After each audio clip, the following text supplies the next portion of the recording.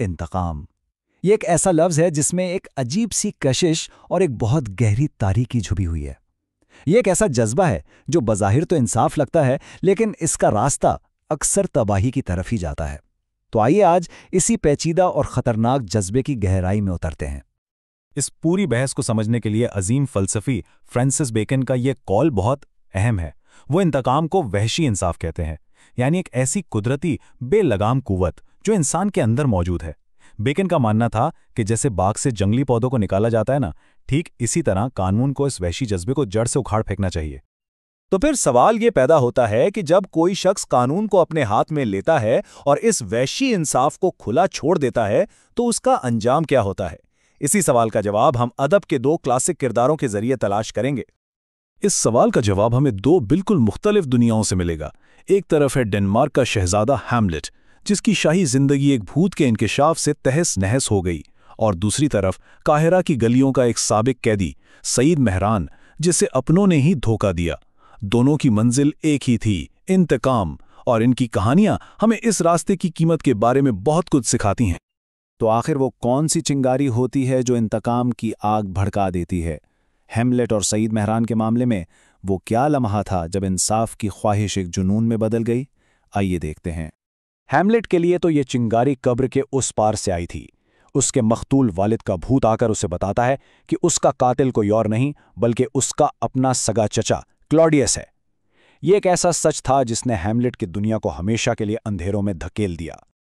लेकिन इसके बिल्कुल बरक्स सईद मेहरान का दर्द इसी दुनिया की तलखियों से जुड़ा था। बीवी और दोस्त की गद्दारी तो थी, लेकिन इंतकाम की आग असल में उस वक्त भड़की जब जेल से लौटने पर उसकी अपनी बेटी ने उसे पहचानने से इनकार कर दिया। बस यही वो लम्हा था जब उसके लिए सब कुछ खत्म हो गया। लेकिन इंतकाम ना एक अंधी गोली की तरह होता है जो कभी सही निशाने पर नहीं लगती। ये अपने रास्ते में आने वाले हर शख्स को तबाह कर देती है। आइए देखते हैं कि हैमलेट और सईद की इस जाती जंग ने कितने बेगुनाहों की जान ली। ये फहरिस्त इंतकाम की अंधी तबाही को साफ साफ दिखाती है। हैमलेट के जुनून ने न सिर्फ उसके दुश्मनों को बल्कि उसकी महबूबा अफीलिया और उसकी अपनी मां तक को निगल लिया। और बिल्कुल इसी तरह सईद मेहरान के गुस्से का शिकार वो लोग हुए जिनका उसके दुख से कोई लेना देना ही नहीं था, जैसे एक बेगुनाह मजदूर और एक दरबान। यही तो है इंतकाम की असल कीमत, बेगुनाहों का खून। सईद मेहरान का ये अंदरूनी मुकालमा इंतकाम के नफ्सियाती बोझ को दिखाता है। जब वो अखबार में शुबान की तस्वीर देखता है तो उसे एहसास होता है कि उसके अमल ने एक बेगुनाह की जान ले ली है। ये लम्हा इंतकाम की इंसानी कीमत को वाज़े कर देता है। लेकिन क्या इस अंधे जुनून के अलावा कोई और रास्ता भी है? खुशकिस्मती से दोनों कहानियों और फलसफे में हमें अकल की वो आवाज़ें भी सुनाई देती हैं जो इंतकाम के खिलाफ एक मजबूत दलील पेश करती हैं।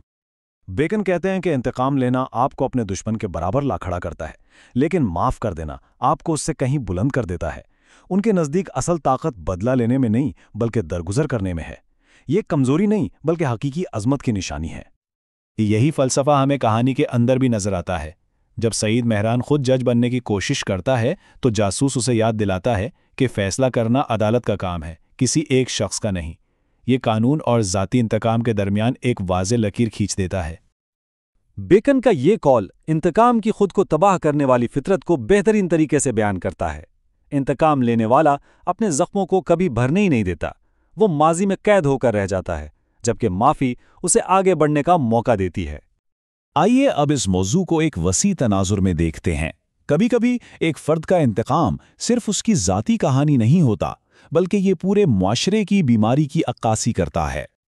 हैमलेट का डेनमार्क सिर्फ एक मुल्क नहीं बल्कि एक बीमार जिस्म की तरह है जिसकी रगों में बदनवानी का जहर दौड़ रहा है। हैमलेट का इंतकाम इसी बीमारी की एक अलामत है। इसी तरह सईद मेहरान की कहानी एक टूटे हुए ख्वाब की कहानी है, 1952 के मिस्री इनकलाब का ख्वाब जो मायूसी में बदल गया। दोनों किरदार दरअसल अपने बीमार मुआशरों का आईना है। तो आखिर में हम किस नतीजे पर पहुंचते हैं? जब कोई शख्स इंसाफ को अपने हाथ में लेता है तो उसकी हतमी कीमत क्या होती है? इसका जवाब भी हमें बेकन के फ़लसफ़े में मिलता है। वो कहते हैं कि जब रियासत इंसाफ करती है तो माशरे में बेहतरी आती है, लेकिन जब कोई फ़र्द खुद इंतकाम लेता है तो उसका अंजाम हमेशा तबाही होता है। हैमिल्ट और सईद मेहरान दोनों ही उस तल्ख हकीकत की जिंदा मिसालें हैं जिनका इख्तिताम बदकिस्मती और मौत पर हुआ। तो ये सवाल हम सब के लिए है, अगर इंतकाम एक वहशी इंसाफ है तो फिर मुहज़्ज़ब इंसाफ कैसा दिखता है? शायद इसका जवाब कानून की हुक्मरानी में और इससे भी बढ़कर माफ़ करने की हिम्मत में छुपा है। यही वो रास्ता है जो हमें तबाही से बचाकर आगे बढ़ने का मौका देता है। इस बारे में क्या ख्याल है?